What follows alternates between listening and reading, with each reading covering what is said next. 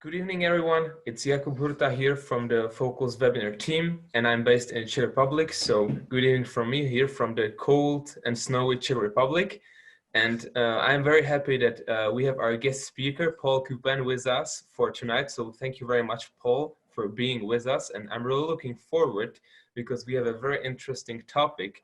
And we'll be talking about if God is a moral monster, and we'll try to understand the God's commands that he gave the Israelite nation in the Old Testament. So I think we have a lot to talk about, and I would like to introduce you our guest speaker, Paul, today. And Paul is the Pleasure Family Chair of Philosophy and Ethics at Palm Beach Atlantic University in Florida, and he's author and editor of more than 35 books, and he speaks in the States and internationally, and also he travels, and he's married, and he has six children. So this was a brief introduction. So thank you very much, Paul, for being with us for tonight. I would like to ask Paul now to start his presentation.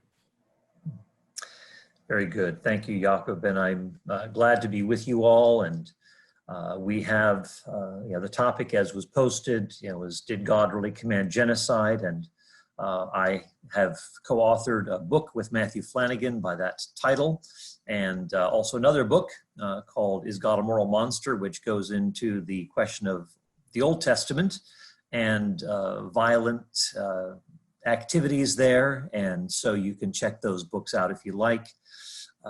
This is probably the leading topic when it comes to Old Testament ethical issues that people will raise.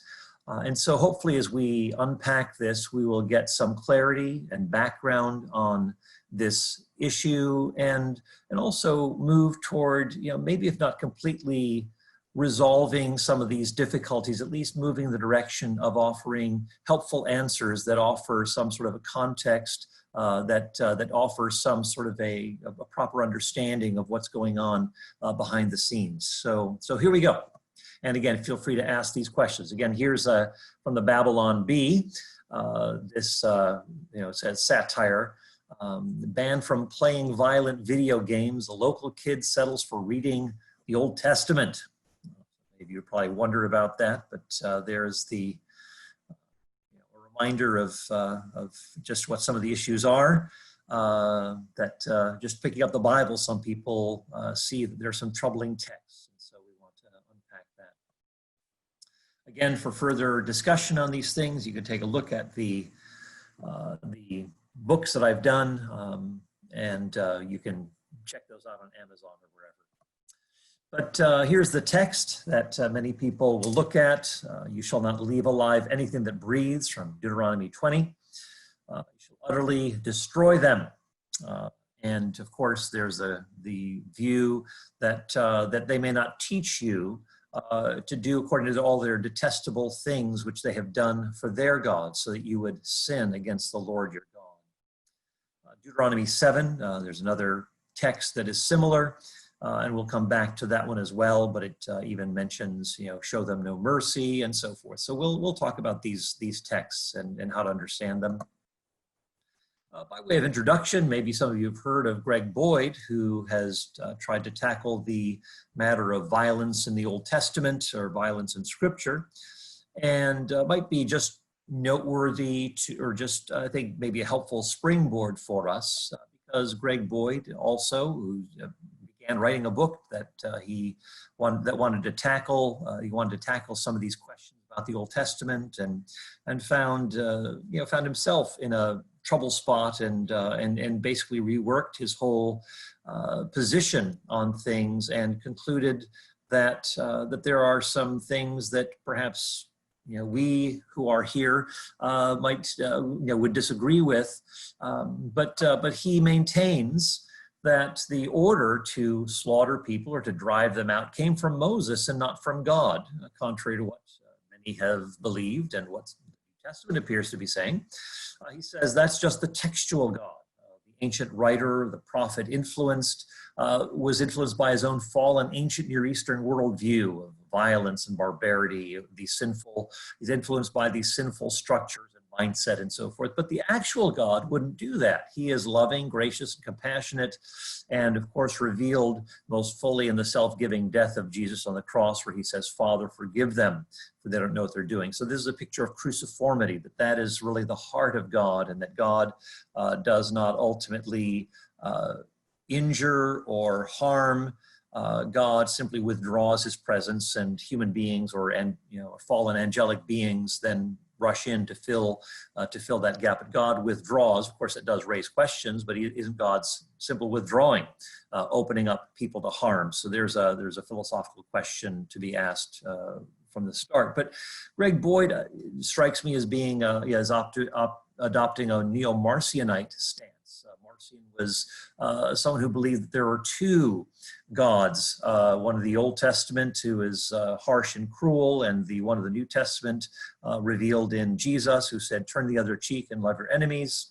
And so Greg Boyd claims that while Yahweh said, or the Lord said, that I want you to enter the land of Canaan, the culturally conditioned ears of Moses and the ancient Israelites heard, I want you to mercilessly slaughter the Canaanites. So there's that misperception, misinterpretation, the filter that Moses and others have that misreads what God has actually expressed.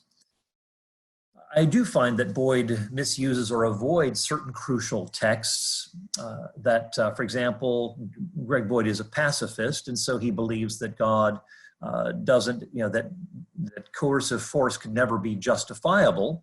Of course, Greg Boyd never actually defines violence, even though his 1,500-page book is devoted to violence in the Old Testament. He actually never defines it. And layered on top of that is this assumption of pacifism. But there are some, I think, basic pushbacks here. What about the Amalekites who attacked the Israelites? And Moses is praying, and as he is praying, the Israelites are victorious over the Amalekites, even though they're not prepared to fight and so forth. Or Moses peacefully desires to pass through the territory of the kings Sihon and Og, and they take up arms to attack the Israelites. And so the Israelites have to defend themselves. And what about the passage where God says he's going to destroy the Israelites and after they have engaged in the worship of the golden calf, and Moses is pleading on their behalf? It seems like Moses would be the less fallen than God, according to Greg Boyd's lights, because he looks like he's more compassionate, because God wants to destroy the Israelites after the golden calf incident. So it seems like there's some points that just don't jive with that sort of a structure. Here's another example that Greg Boyd gives. He says that, again, here's a prayer from Nehemiah. And he is saying, you subdued before them the inhabitants of the land, the Canaanites, and you gave them into their hand with their kings and the peoples of the land to do with them as they desired, as the Israelites desired. And he says that, well, God just basically gave up because the Israelites were committed to their militaristic, violent desires. But does the text actually indicate this? And I'd say no. It's a misreading of what doing with them as they desired. So I can go into detail here, but look at the context here. It's positive. In verse 25, it says, they captured fortified cities and a fertile land. They took possession of houses full of every good thing. They reveled in your great goodness. So again, let me go back. That's Nehemiah. That follows Nehemiah 9:24. So it doesn't seem like there's anything negative going on here. It's all positive. And then you get to the negative. And they became disobedient and rebelled against you and cast your law behind their backs and so forth. And so the negativity only comes in verses 26 and 27, not before then. So, and again, we can talk about how the New Testament itself reveals the moral appropriateness of coercive force and life-threatening divine judgment even. Jesus isn't acting very cruciformly, not saying, Father, forgive them for being money changers in the temple, but he's driving them out. And so now Boyd would say no animals were injured in the production. No animals were injured in the production of this event, but rather that these animals were, Jesus was just cracking the whip and driving them out. We see, but again, it's not quite the cruciformity that is being talked about. Sorry, there's a dog came in here inadvertently. Ananias and Sapphira were struck down. They're struck dead under the supervision of the Apostle Peter. Elymas was struck blind by the hand of the Lord. Again, doesn't look like there's anything different from what you see in the Old Testament. And again, it just affirms that this is the hand of the Lord here. Matthew 15. Greg Boyd says that maybe there's some irony going on here, but it seems the straightforward point that is being made here is when Jesus is quoting the Old Testament, that the one who speaks evil of his parents is to be put to death. Jesus refers to this as the commandment of God and the word of God. In fact, Paul Lucas, an Australian theologian, said that Greg Boyd suggested to him in correspondence that perhaps Jesus hadn't fully developed a proper understanding of the Old Testament up to that point. And Greg Boyd said that he's just speculating, but maybe that's a possibility. So again, some issues here that I would have to disagree with. Acts 23, Greg Boyd doesn't deal with this text. Peter is speaking, and every soul that does not heed the prophet whom Moses foretold shall be utterly destroyed or completely cut off from among the people. Greg Boyd talks about all of those verses leading up to Acts 3:23, if you look at the index, but leaves this one off. But yet Peter is citing this as being authoritative, that this is what Moses said and speaking for the Lord. Jude 5. There is the latest or the best manuscript evidence for Jude 5 sees this text Christocentrically. Instead of just saying the Lord, it says Jesus, who saved a people out of the land of Egypt, afterward destroyed those who did not believe. And so, rather than obscuring and kind of leaving it fuzzy that God maybe permitted this, but here it's mentioning Jesus, who actually destroyed those who did not believe. So again, here Jesus is associated with harshness, with judgment resulting in death. 2 Thessalonians 2:8, now talking about the lawless one, whom the Lord will slay with the breath of his mouth and bring to an end by the appearance of his coming. Again, this is the sort of thing that, again, looks like God, Jesus acting directly and bringing an end to someone, namely the man of lawlessness. Acts 13 says the God of Israel destroyed the 7 nations of Canaan. Revelation 2:16, Jesus will make war on the Nicolaitans, the same language that's used of the beast, who will make war against the saints. So this is Jesus saying these sorts of things. Revelation 2, Jesus will throw Jezebel on a bed of sickness and strike her followers dead. So again, when we look at cruciformity, we need to have a wider view of what cruciformity looks like, that it doesn't exclude this kind of severe judgment.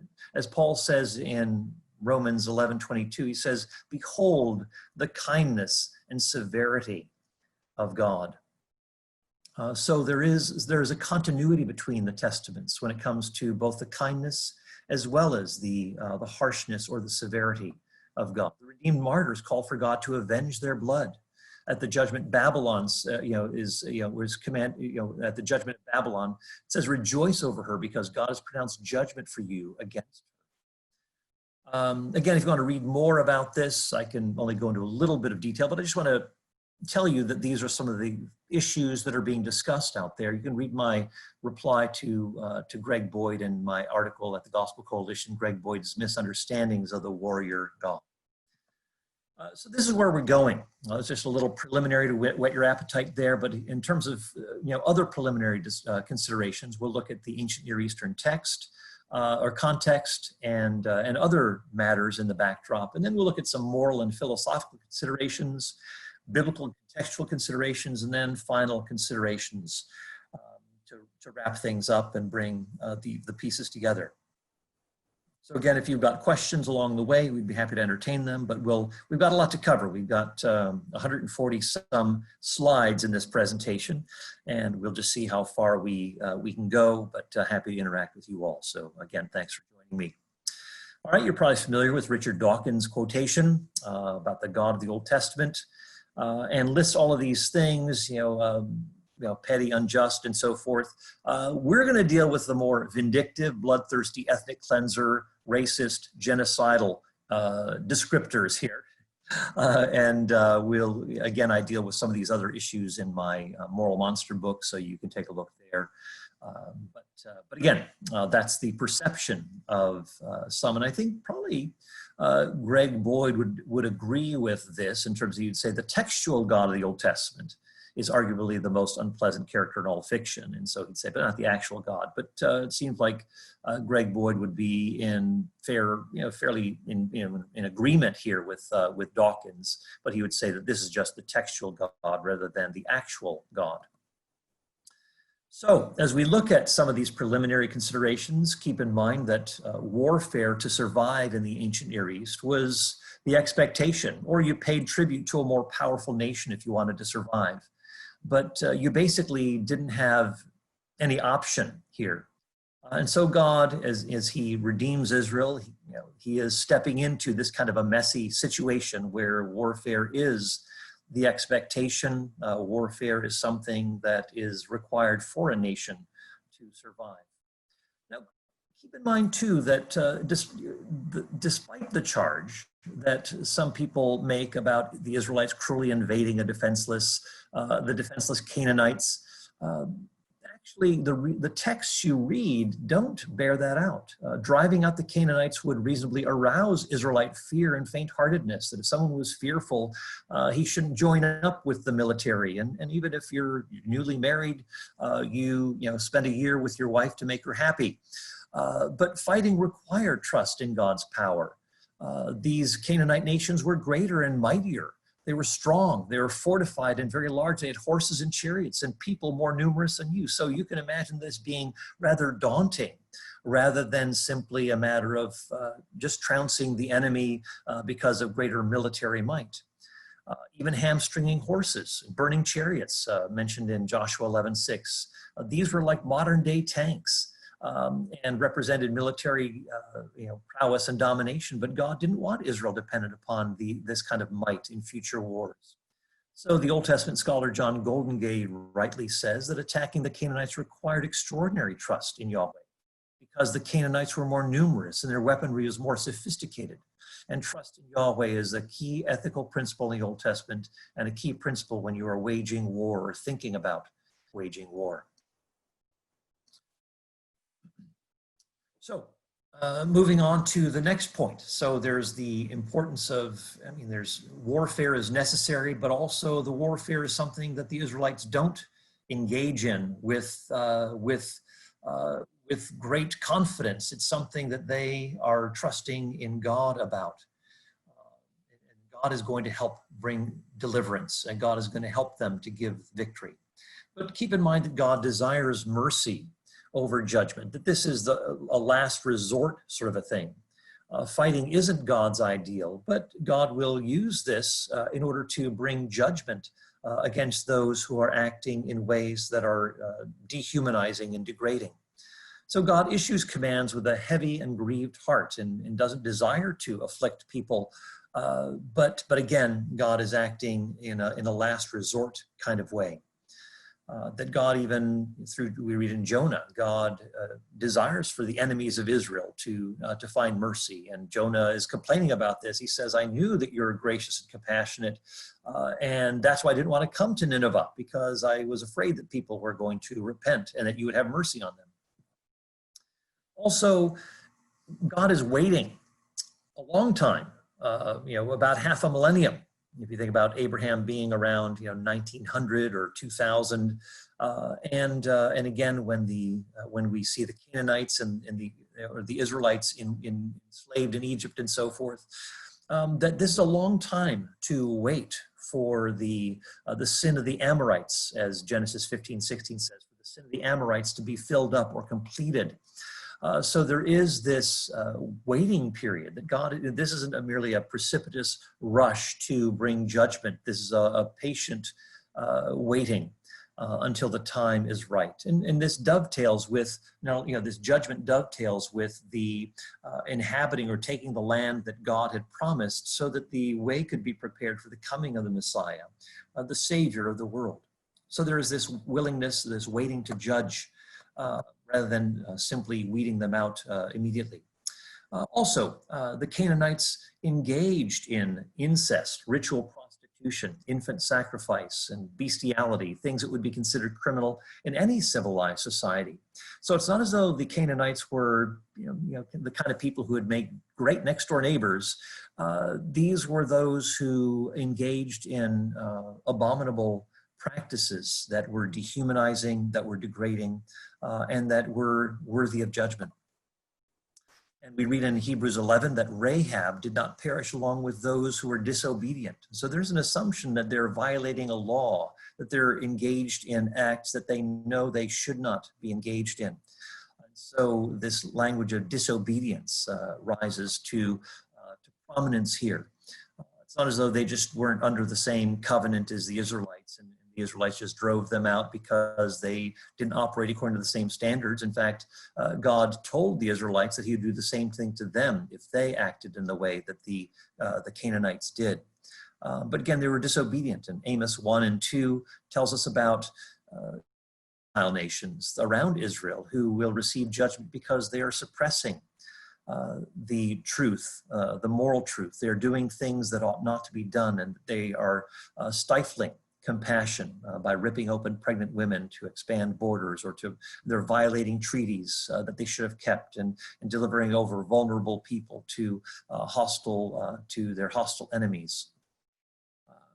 So those are a few things to keep in mind as well, that this isn't Israel is getting the kind of the most favored nation status here, that they could do no wrong or something. No, they would receive judgment as well because they imitated the Canaanites, which they are forbidden. Back to where we were. So as I was saying, these people who are mentioned to Abraham by God, the inhabitants of the land of Canaan, that there is not any sort of inherent animosity toward them. They're not enemies by virtue of their tribal affiliation. Moses' father-in-law is the Kenite. You see that Joshua's associate also had a Canaanite background, the Kenizzites. There are Hittites who are part of Israel, Gibeonite, Jebusite. Rahab was a Canaanite. Other Canaanite strangers, interestingly, are mentioned in Joshua chapter 8. It's not just Rahab, it's not just the Gibeonites who become assimilated into the Israelites, but there are also strangers, Canaanites, who are part of a covenant renewal ceremony, who are listening to Joshua reading the law, and they're being incorporated into Israel. They're embracing the one true God, and so forth. So again, we read even in the prophet Ezekiel, who says, your origin and your birth are from the land of the Canaanite, your father was an Amorite, your mother a Hittite. So again, it's all part of the same gene pool. So nothing inherently problematic here when it comes to tribes. So God was more interested in identity and identity removal than genetics and removing people of a certain tribe. God wanted to remove those objects like idols and altars, or persons like kings that represented the identity of those people. And to get rid of them meant removing their identity symbols. And so that's going to be key to understanding what we mean by what is meant by utter destruction. As John Walton has argued, this is more like identity removal rather than literal destruction, because there are things that are to be removed from ordinary use, but they're not killed or destroyed. So we'll come back to that. John Goldengay says that basically we're working with a kind of a messy situation here. God steps into an untidy world that's not the original product of his own hands, but he seeks to move them in a redemptive direction, which is basically the restoration of the creation ethic of Genesis 1 and 2, that this is where God wants to bring people back. So it's not as though it's something they don't know, the Israelites don't know about, but actually to move them back to their, in a sense, founding documents. We also need to take care when we're looking at these sorts of issues that we withhold judgment rather than saying, oh, the ancient Near Eastern cultures were barbaric or strange. This can be a very subjective kind of a judgment. That we could consider ourselves enlightened, but actually, when it comes to things like sexual morality and so forth, we're actually, I think, very, in our culture, it's very dull and not attuned to important sexual, high sexual ethical standards. Bruce Birch says that the cultural context is utterly unlike our own, with moral presuppositions and categories that are alien, in some sense, in some cases repugnant to our moral or modern sensibilities. So I think being tempered in our judgment, allowing them to have their own cultural priorities, their laws on taboos and so forth that we may not get, but again are important for our understanding how God is speaking into a certain context that in a way that they could understand it back then. C.S. Lewis warns against chronological snobbery. One consideration when we look at the Canaanites' behavior, as we talked about their acts that would be considered criminal in any civilized society, we need to remember that this actually reflects the behavior of their own deities. So when we look at the stories about these deities, we see these practices that emerge. The god Baal or Baal has sex with a heifer, 70 times 7 and 80 times 8, and she bears a boy. Baal raped his sister Anat, the goddess of war, while she was in the form of a calf. So you have here rape, incest, and bestiality all in one act. And again, there are all sorts of, Baal has sexual relations with his own mother to humiliate her. You see these types of things going on. And at the end of, the god El, at the end of his career, he's the contempt of the goddesses. He's splashing around in his excrement and urine after a banquet and so forth. He's a coward. Again, when you look at these sorts of deities, you say, well, there's, again, something far less than ideal here, shall we put it. Also, just even some of the ancient Near Eastern documents that talk about some of their practices, the practice of prostitution permitted, father and son sleeping with the same female slave or prostitute, even permitting sexual relations with a horse or a mule. It is not an offense. That you have Babylonian magic texts, that if you have an intercourse with a cult prostitute, then cares will leave you. The Egyptian Book of Dreams, having intercourse with your mother, that means that if you have a dream like that, then that's good, that your companions will stick with you. That's what that means. Or with your sister, it means that you will inherit something. So you see that sort of an ethos when it comes to sexuality and perversion. That these are the sorts of things we need to consider as we look at some of the backdrop to driving out the Canaanites and the danger that Canaanite sexual morality presented, or lack of morality. Also, this is more than just one nation invading another, so to speak. That the Canaanites actually are represent a significant cosmic battle here, just like God fought against the Egyptian deities as represented within the context of the Canaanites. That here we have cosmic warfare going on because there are not only dangerous moral perversions that the Israelites could adopt, but also there's the danger of Israel's identity being compromised, of its mission being thwarted because they are practicing these sorts of things. So that means that the salvation of the world through Christ, the Messiah, would end up being compromised, that this is potentially under threat. And so hence you have this kind of a severity of condemnation of these practices and of not getting involved in them, not allowing your identity to be compromised here.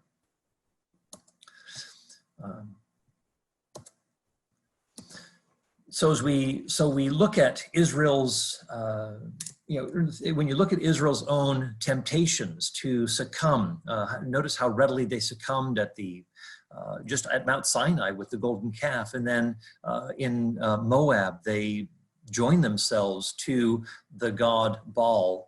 And actually, it's a covenant-breaking ceremony that they're a part of. And so God brings judgment upon them because of that. And so John Goldengay writes, perhaps Deuteronomy was only being realistic in recognizing the power of Canaanite temptation when Israelite faith in Yahweh was a newly budded flower. So again, we need to look at this in terms of the long-term view. And John Goldengay writes, the fate of Canaan is subordinate to the promise to Israel, but the promise to Israel is in turn subordinate to the fate of the whole world. A temporary unfairness that discriminates for Israel and against Canaan is designed to give way to a broader fairness. So election is exclusive in the short term, but is designed in due course to benefit others than its short-term beneficiaries. So taking the long view is important here. Also, the Israelites are engaged in something that is very highly distinctive, that this is unique and unrepeatable, that this is not something that is, you could do this at any time. No, this is a specific part of salvation history that is unrepeatable. So keep in mind that God isn't commanding this for all of God's people for all time, no more so than God's calling to Abraham to leave his homeland is normative for God's people today. I'll just pass on this, but basically, God himself in legislation, even in the book of Deuteronomy, is concerned about the issue of non-combatants. And so you have something highly specified when it comes to the Canaanites. This is something that is unusual and not typically done. And so it is because of this slice of salvation history that they're a part of that they need to engage with the Canaanites to drive them out. Here's a nice quotation from Roy Gain, and I think it's helpful and instructive, really in each phrase. In the case of the Canaanites during a certain phase of history, God uniquely delegated a carefully restricted part of his destructive work to his chosen nation of ancient Israel, which he highly controlled and held accountable under theocratic rule. It wasn't a free-for-all. There were certain rules that the Israelites had to follow. They could not simply do whatever the pagan nations were doing, like engaging in rape or something like that. That was taboo. That was wrong for the Israelites to do, and the only sexual activity was to be within the context of marriage. Warfare didn't justify that sort of a thing, although that was common in other nations surrounding Israel. So again, this is highly regulated and restricted, and we need to keep that perspective. Now here's a part where some people might push back a little bit. We can talk about different types of commands. That there are difficult commands that God issued, like driving out the Canaanites. But these are not commands that are impossible or intrinsically evil. Now there are some things that are intrinsically evil. God says that he wouldn't command them, like in Jeremiah 19:5, the practice of infant sacrifice. God says he didn't command it. It says, neither did it enter my mind. So it's not as though it's an anything goes type of scenario here. But there are some, again, difficult things that God will command, even though, and we need to remember that if God commands them, that that these are not impossible or intrinsically evil. So here are three categories of duties. There are absolute duties that are never to be violated, like worshiping and loving God. That's absolute and uncompromising. But then there are some general duties, which can be overridden under extenuating circumstances. Again, all things being equal, you do these things. You attend to those duties, but there may be overriding circumstances that for example, keeping your promise. You do that, but there may be adverse circumstances that may lead to postponing or canceling what one has initially promised. Do not deceive. Generally, that's what you do. You keep your word. But warfare or criminal activity may require that deception is necessary. The Hebrew midwives do that. Rahab does that in Joshua 2. God himself, when Samuel is about to anoint a new king and he's worried that Saul, who hears about it, if he hears about it, he might kill Samuel. God says, well, if anyone asks you why you're doing this, tell them that you're going to Bethlehem to offer a sacrifice. So God gives him a way out, even though that's not the real purpose of his going. Think about protecting Jews who are hiding from the Nazis. If you're protecting them, you tell the Nazis at the door that you're not hiding Jews in your basement. Or even when we go out at night, we do this ourselves. We turn on the lights. Why? Well, it's deceptive activity, but it's in light of the potential of criminal activity that you don't want to give your whereabouts away, that you're not actually there, but rather you send this message to prospective criminals to ward them off. Now here's another one. Do not take innocent life. Now generally this is forbidden, but there may be justification for taking innocent life in certain circumstances. Now, I'm not saying that this is the norm or that this was done routinely, in Joshua. That needs to be taken on a case-by-case basis. But here are a few examples of where, where innocent life is justifiably taken, though it's not the norm. An ectopic pregnancy, where the fertilized egg is trapped in the fallopian tube of the mother, that in order to save the mother's life, then unfortunately, the unborn's life needs to be taken. Or shooting down a hijacked plane. Terrorists are on board and they're going to use this as a weapon of mass destruction. And a president or a prime minister issues the order to shoot the plane out of the sky. Well, that would be morally justified, even though innocent men, women, and children would be on board, but it's to prevent this greater harm from being done. Or disabling or killing driver in a sudden fit of madness who wants to drive the bus over a cliff. The theologian Jürgen Moltmann uses this example. He's someone whom Greg Boyd cites quite a bit, but he uses this example that it would be the right thing to do to help this, to remove this driver who wants to kill everyone on board in this sudden fit of madness. In each case, these general duties may be overridden. So again, we come to then the third level, which is the exceptional or overriding duties, where there are extreme emergencies that we hope we never have to face in our own lifetimes, but such general duties that we've talked about may be overridden. I'll just pass on that. Like I said, God can't command something which is intrinsically evil. That would be self-contradictory. It'd be a moral contradiction for God to command that. And so when someone says God couldn't command the killing of the Canaanites because he's necessarily good, we can actually flip that around and say, well, because God is necessarily good and wise, he would have morally justifiable reasons for issuing this command. So like I said, if something were intrinsically evil, God wouldn't command it. Now, some people might raise the objection, well, what if terrorists claim that God, a terrorist claims that God told me to blow up a bus full of children? Well, just because a person sincerely believes this doesn't mean that God actually commanded such an act. Some people, Jesus said, will do all sorts of terrible things in the name of God, but that doesn't mean that they're excused or that's somehow justifiable. Also, an act is obligatory only if God has truly commanded it, not if one imagines that God has commanded it.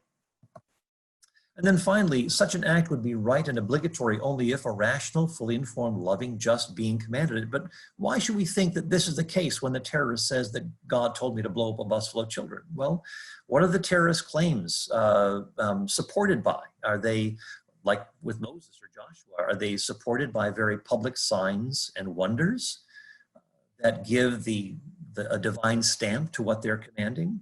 What about solid prophetic credentials, that this person does signs and wonders, spoke with God face to face, person of good character and so forth? And again, that brings us to Matthew 7, that the true prophet will be known by the kind of character that he exhibits, and that there will be bad fruit because there are bad false prophets, bad claimants to these sorts of things. So there are ways in which we can kind of sort these things out. But again, just because someone claims God told me this doesn't mean that therefore it's justifiable. Somebody says, well, how would you like it if another nation invaded yours? Well, keep in mind that the assumption here is that Israel is just like any other nation. It also assumes that God didn't issue commands to drive out the Canaanites. It presupposes that God didn't reinforce these commands with signs and wonders. And also keep in mind too, it assumes that God's command for Israel to trust in him, even though they were fearful because they were fighting against larger, greater, more powerful nations, basically that's utterly ignored. No, what we need to do is keep the elements of this narrative in place, because otherwise it just doesn't make sense. To remove fundamental features of the biblical story so that Israel has no role in salvation history is like removing Gandalf from the Lord of the Rings. And again, you just don't have a solid, coherent story here. So again, that sort of an objection needs to be understood in a broader framework. Interestingly, the New Testament's comments on Old Testament wars reveals that there is nothing strange or unusual going on here. That there is judgment being meted out, and that God is driving out. He's involved in this sort of a process. When God had destroyed 7 nations, he distributed their land. So that's Stephen in Acts 7, Paul in Acts 13. The author of Hebrews says, by faith, the walls of Jericho fell down, Rahab the harlot didn't perish. By faith, also we read about how people conquered kingdoms, became mighty in war, put foreign armies to flight. This doesn't sound negative. Greg Boyd tries to make this sound negative, like they were doing the best that they could, they were trusting in God, but were totally misguided and even acting with a demonic mindset. Well, that's just not what we see going on here in the text. John Goldingay, Fuller's, now in Oxford, by the way, it's old news, but he says that there's a contradiction between loving your enemies and being peacemakers on the one hand, and Joshua's undertaking this task at God's command on the other. The New Testament does not see it. So let's move now. We've been moving at a brisk pace, but we'll now look at some of these biblical and contextual considerations. But hopefully some of this backdrop has been helpful for you as you look at some of the underlying issues, and I think things that will help offset some of the maybe jarring texts that we read when we just look at a Deuteronomy 20 or Deuteronomy 7 or something like that. So again, as we've touched on this already, there are extraordinary signs that God performs, that God makes his presence known. There's a pillar of cloud by day and fire by night over the camp of the Israelites. And of course, if the Canaanites had seen that, they could have fled rather than resisting God. And indeed, they were a more powerful nation or set of nations. But again, they knew what God had done. They saw the signs and wonders, even if they wanted to look at the Israelite camp and see what was going on. And again, we see that the Canaanites knew what the Israelites' God had done. The Lord dried up the water of the Red Sea, Rahab says, when you came out of Egypt, destroyed these powerful kings. When we heard of it, our hearts melted in fear. So again, that took place 40 years prior. So there's plenty of warning here, as it were. Joshua 5, the Amorite kings knew about how God had dried up the Jordan before the Israelites. Their hearts melted. Joshua 9, because of the fame of the Lord your God, the Gibeonites said, for we have heard the report of him and all that he did in Egypt. Again, 40 years prior, all that he did to the 2 kings of the Amorites shortly thereafter. 1 Samuel, even the Philistines are saying, who shall deliver us from the hand of these mighty gods? After the Ark of the Covenant came into the camp. These are the gods who smote the Egyptians with all kinds of plagues in the wilderness. Again, it's a little confused, but they have the general idea there. This God is powerful, and he trounced the Egyptian deities and so forth. Now, here we come to an important consideration. What does the term harem, that's the term utter destruction, or the verb haram, meaning utterly destroy, or at least translated utterly destroy in some texts, or devoted to destruction? John Walton and others, John Goldingay, will say that this is more the sense of destruction of identity or the removal from use, that the term harem doesn't mean utter destruction, that it is commonly mistranslated. John and Harvey Walton argue. For example, all northern cities are considered harem in the book of Joshua, but only one is destroyed, and that's the city of Hazor. A field is harem. But it is given to priests. It's not burned or anything like that. The field is intact, but it is set apart from ordinary use. Again, we see this in Hittite literature as well, where something is not to be inhabited, it's set aside for a deity's use.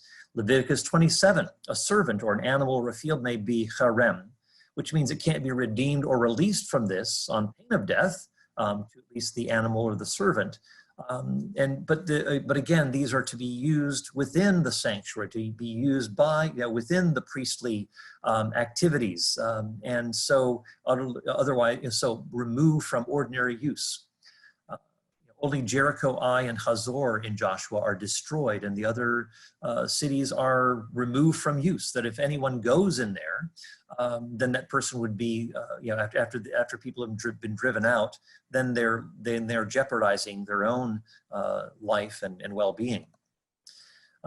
John Walton writes, killing them is one way to make them go away. Of course, but it's not the only way, and probably not the preferred way, especially if they're fighting back. The terror that goes before the Israelite army, those hornets mentioned in Exodus 23, is probably intended to encourage the Canaanites to flee rather than fight.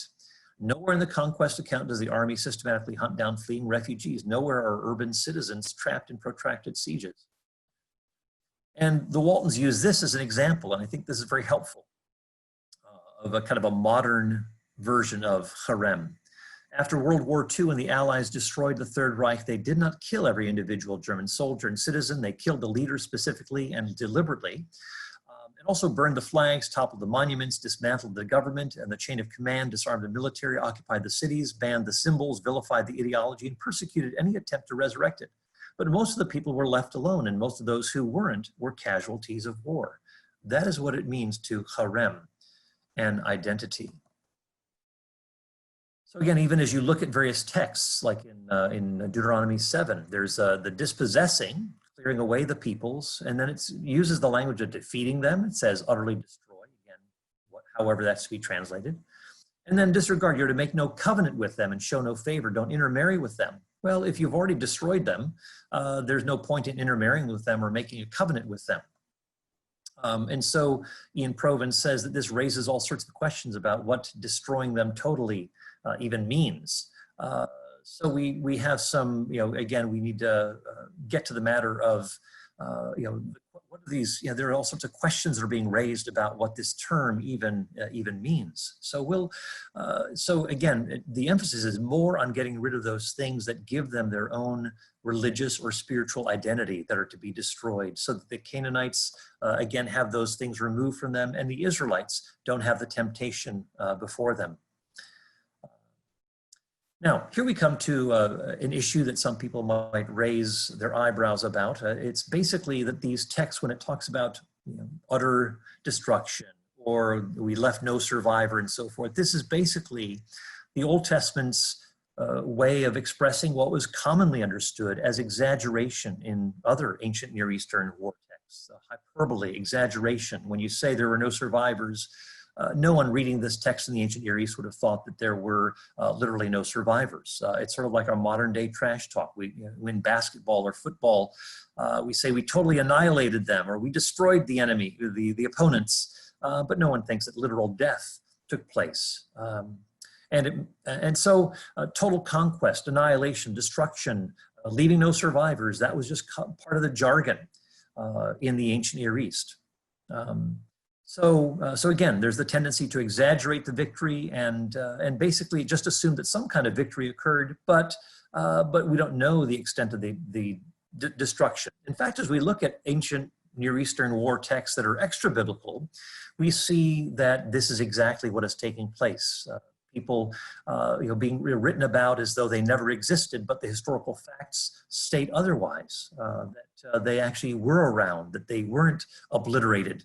In fact, they would still continue to be forces to be reckoned with. Here we see the bulletin of Ramesses II. Millions of foreigners regarded them as chaff, slew the entire force, as well as all the chiefs. There's not, His Majesty was alone, none other with him. So there's that same sort of language. Ramesses III. There's the battle against the sea peoples, including the Philistines, who would interestingly later colonize Eastern Egypt. But again, notice the language of Ramesses III. It looks like everybody's been destroyed. I slew them. They were made like ashes. They were made non-existent and so forth. But here, Philistia would later colonize Eastern Egypt. So again, you can have a victory, but it's only maybe in a technical sense. And the enemy may rise up later on and take part of your territory. King Mesha of Moab, mentioned in the scriptres too. In 1 Kings, Israel has utterly perished for always. So we see that, I think it's 2 Kings, but Israel has perished for always. And this is, again, not accurate according to the historical fact of basically being premature by 100 years.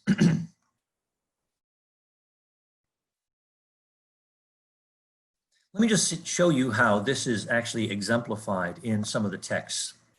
The exaggeration, the hyperbole, we see the language of leaving alive no one that breathed, just as the Lord had commanded and so forth.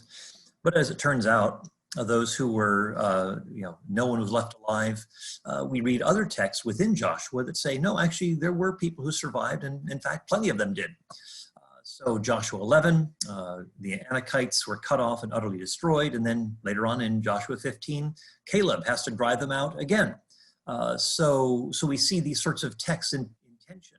Again, if you take this literally, then you would see that the utter destruction, but yet the survivors being left would cancel each other out. There'd be a contradiction. But again, if you understand this ancient Near Eastern trash talk or hyperbole, then it all fits very nicely. Joshua 10, they were destroyed, but it talks about how the survivors entered into fortified cities. Joshua 10, all were utterly destroyed. But Joshua 11, there's another mention of utter destruction in that town of Debir. Again, we see that, Judges 1:8, that the sons of Judah fought against Jerusalem, set the city on fire, struck it with the edge of the sword. And then Judges 1:21, that the Benjamites did not drive out the Jebusites who lived in Jerusalem. And in fact, they're in Jerusalem to this day. Again, more and more of these sorts of things. I can't go into detail here because we are finishing out our time, and I want to leave room for your questions. Let me just mention a few things here. Some people say, well, isn't hyperbole challenging a literal interpretation of the Bible? Well, we need to make sure that we're not saying this is literal. There are some things that are clearly figurative in the scriptures, like Isaiah 55, the trees of the field will clap their hands, or Satan is considered a dragon. Again, you take this on a case-by-case basis. Does the literature lend itself to the literal or to the figurative or a combination? So you look at the type of literature that it is. And so, interestingly, a lot of literalists don't take the language of many survivors literally. They'll just look at the language of utter destruction, or however that's to be translated. Let me just skip on ahead here. The Amalekites, we see that same sort of a thing exemplified here. They provoke Israel in 1 Samuel 14. The Amalekites are plundering Israel. And so Saul then engages in battle with them. And again, it's the numbers are exaggerated, or at least they can be read differently. You don't have numbers that huge, like 210,000 soldiers. It's a much more modest, because other greater armies, like the Egyptian or Syrian armies, didn't have those kinds of numbers even at their height of their empires. The Amalekites, it says, we're told in 1 Samuel 15 that they were utterly destroyed. It's not just Saul saying this, I have utterly destroyed the Amalekites, but it says that Saul utterly destroyed all the people with the edge of the sword. The narrator is speaking there. But then we get to the end of the book in 1 Samuel 27 and 30. David is fighting against the Amalekites. He says he slaughtered them, 400 escaped. And it's interesting that the same sort of terrain is being fought on. Saul fighting against the Amalekites. Again, we're talking about a territory that David is also fighting, that vast expanse, which is probably 100 to 120 miles of terrain that is being talked about here. Again, we can talk about blotting out Amalek. When you're thinking about the Amalekites, think Nazis. Don't think nice people minding their own business. They're bent on trying to wipe out the Israelites. But again, even the language of blotting out the memory of Amalek really refers to a loss of identity like with levirate marriage. Also, King Saul is actually part of the problem. He is undermining this identity removal by sparing the king. He is assuming, basically taking God's place in the covenant sovereignty, and wants to make a name for himself rather than God being allowed to make a name for himself. So anyway, there are other things that we can talk about here, but again, we could perhaps just deal with some of the questions that you have coming up here. But let me just mention a few things. There's basically, in summary, we'd say that there's a two-phase plan that operates. First, there's a command to drive out people. Again, if you're driving them out, then they're not being killed. But those who are foolish enough to remain behind or come back to the cities that have been harem cities, then they leave themselves open to destruction. And this was done in a gradual sort of way. It wasn't as though it was a military blitzkrieg that just swarmed in and overtook the land of Canaan. This is a gradual sort of a thing. The Israelites came in, they went to these towns, and then they went back to they basically did engage in these disabling raids, and then they went back to their base camp at Gilgal. So it wasn't the total destruction that many people think when they read the book of Joshua, again, which does have this kind of hyperbole. So it's a gradual sort of thing. Joshua, it says, we're told that he obeyed all that Moses commanded. So if he's doing all that Moses commanded, and Moses is saying to, quote, utterly destroy, well, we're told that Joshua's doing that. But again, we read that in Joshua that they did not drive them out completely. So there's no contradiction seen in just because they haven't driven them out completely. We're still told that Joshua obeyed all that Moses commanded. So we have something else going on here in that hyperbole explanation. I think is very important for understanding that. So again, the Canaanite issue is not a genetic or tribal issue, but it's moral and theological. The Bible more strongly emphasizes driving out and dispossessing. This comes in two phases, as we've just seen. The Canaanites had ample warning and clear public displays of divine power. These war texts look a lot like ancient Near Eastern war rhetoric of utter destruction, if indeed that's the case. We could translate it identity removal, and so forth. And so anyway, those are a few things to keep in mind. I could go into more detail, but maybe we'll come back to some of these things during the Q&A time. So I'll leave it up to you all now to ask me your questions, and so we'll take it from you. Okay. Hi, Rick. Hope you're doing well. What distinction was God making between the cities far away in which only males were to be killed and those that were to be inhabited, in which the Israelites are commanded to leave alive nothing that breathes? Yes, in the case of the cities that were far away, that is outside of this Canaanite territory, that they were to be, that they could offer terms of surrender there, that they were to be, unless of course there was some sort of preemptive action in which these Canaanites approached the Israelites, like, well, of course, Rahab and her family were spared. We see that the Gibeonites, they were sneaky, but again, they would to offer themselves to the Israelites in service because they knew who this God was and they didn't want to be part of any sort of activity in which they might be harmed. They're willing to make these kinds of compromises. In fact, as we look at in chapter 8 of the book of Joshua, we see at the end that there are these strangers, these Canaanites from Shechem, between Mount Gerizim and Mount Ebal there, who are part of this reading of the covenant, or that Moses is, or that Joshua is reading from Deuteronomy, say, and these people are listening in. So they're part of this covenant renewal ceremony that is taking place. So it seems that there is an openness, even though there is these peoples are to be driven out, engaging in these disabling raids. If there was some initiative or willingness on the part of those people in these Canaanite cities to step forward and to embrace the one true God, for whom they had seen much evidence in terms of the signs and wonders in the land of Egypt, crossing the Jordan, that this God is indeed a powerful force to be reckoned with. So again, there are alternative possibilities here, and again, we come to that sort of a language that yes, it's a two-phase activity. First is driving them out, and we see that borne out in the book of Joshua, that these people are being driven out, and if they go back into the city, then they are leaving themselves open to harm because that these cities are harem. They are set aside from ordinary use. But we also see, again, the language of Joshua following the language of Deuteronomy. When it says, leave alive nothing that breathes, we see that there can be plenty of survivors, even if the language of leaving alive nothing that breathes is part of this literature. So Joshua, it says he, just did all of this, left alive nothing that breathed, and no survivors and so forth. But then we see throughout the book of Joshua, or at least in the latter chapters, that there are indeed survivors.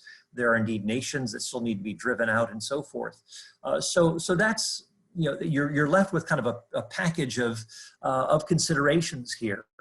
But again, that is something that we just see, when we, in a sense, when we see Deuteronomy 20 applied in the book of Joshua, we say, okay, that's what he means. That's what it means for Joshua to obey the commands of Moses. And it doesn't literally mean that all of these people have been, annihilated. Okay, got another question from Rick. Was there really no difference between the two? I'm saying there was a difference, that these people were, that the command was to offer terms of surrender. You don't see that with Jericho, but you do see someone in Jericho, like Rahab, asking to be spared because she believes in the one true God. We see those who take the initiative and join up with the Israelites, say at Shechem.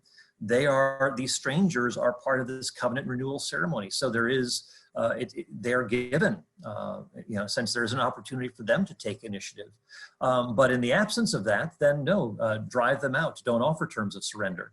But again, these are more like disabling raids. And again, as Richard Hess at Denver Seminary argues, these cities in Canaan are primarily where you have soldiers, where you have a military king, kind of the general, and also these are kind of the treasury storage cities, whereas the people, actual civilians, probably live outside of those walls, of those citadels. So again, it's more of these are more military centers than anything else.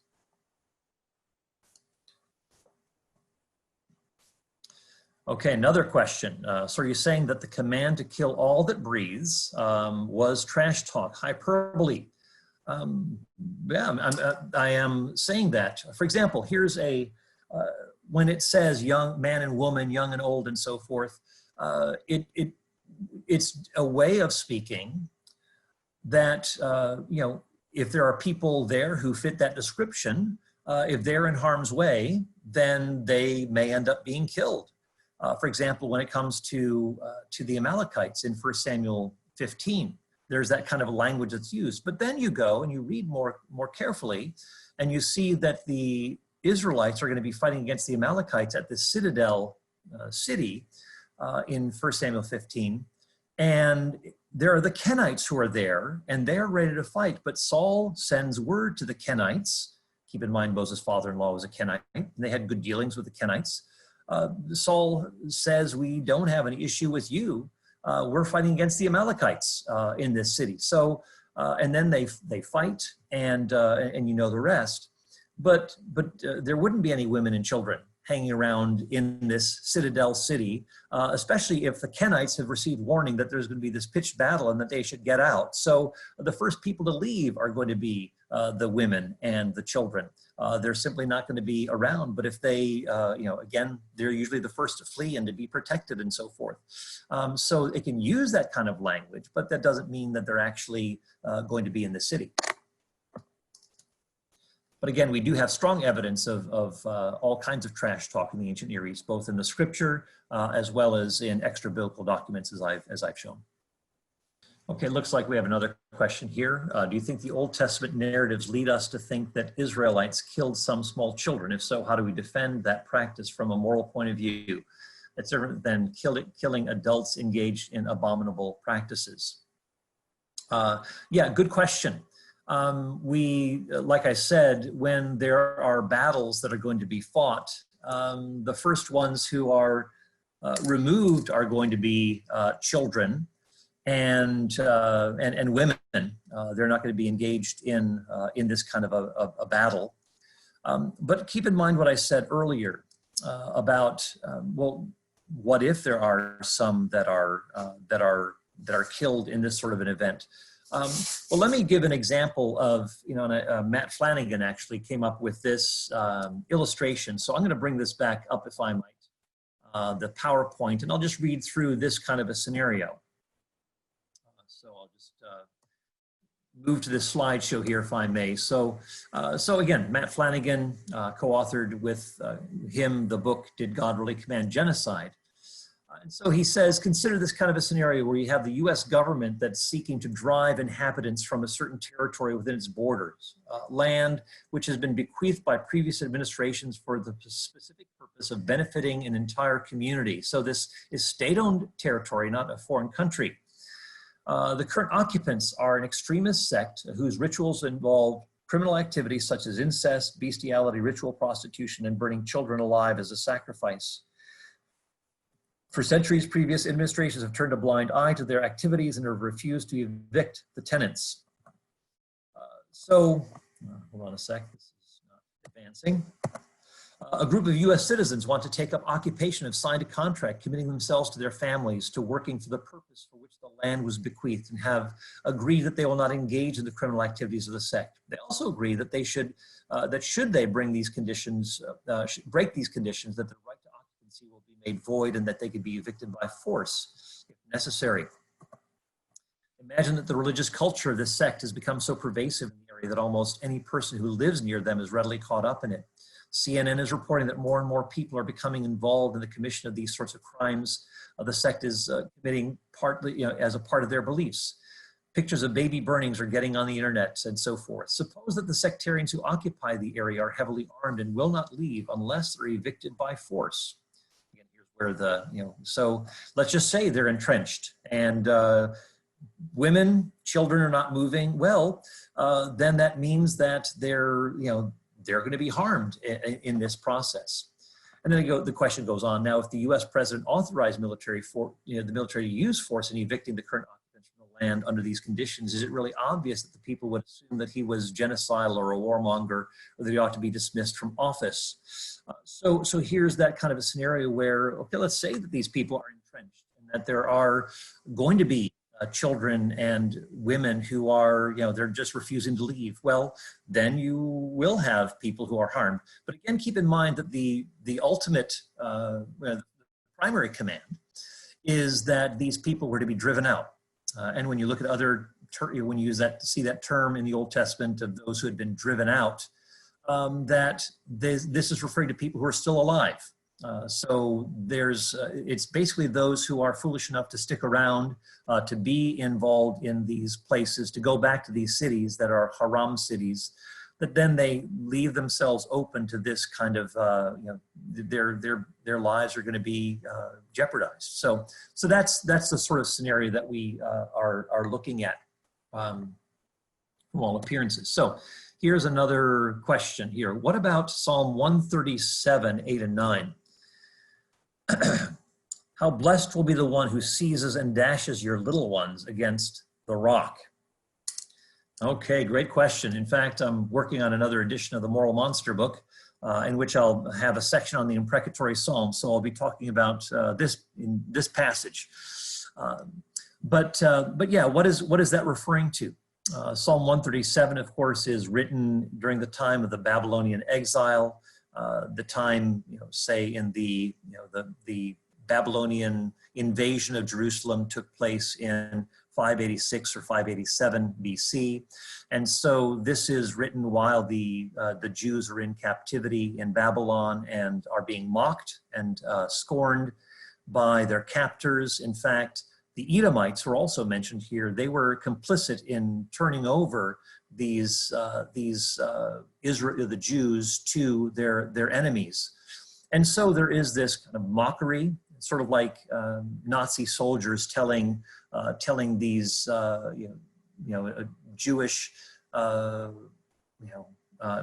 prisoners in a concentration camp to dance or something like that, kind of this mocking tone.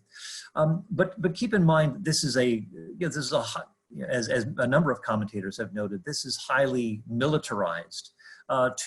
Basically it's saying, may the reign or the rule of Babylonians be cut off. May they basically not have any children to perpetuate this sort of a reign of terror. So there is something that is going on that's more than just individual children. Of course, there's hyperbole going on here too, basically saying to them, I mean, it's in some ways it's you did this to us. We're praying that God will do this to you as well, that you will receive just recompense for the way that you have treated us. So that's the kind of, there are a number of different ways in which you could go. Sometimes it's just referring to a military or political sort of scenario that some people are arguing. And so stopping this kind of tyranny, stopping this kind of oppression from continuing. And that means cutting off children from growing up and doing the same sorts of things that their parents are doing.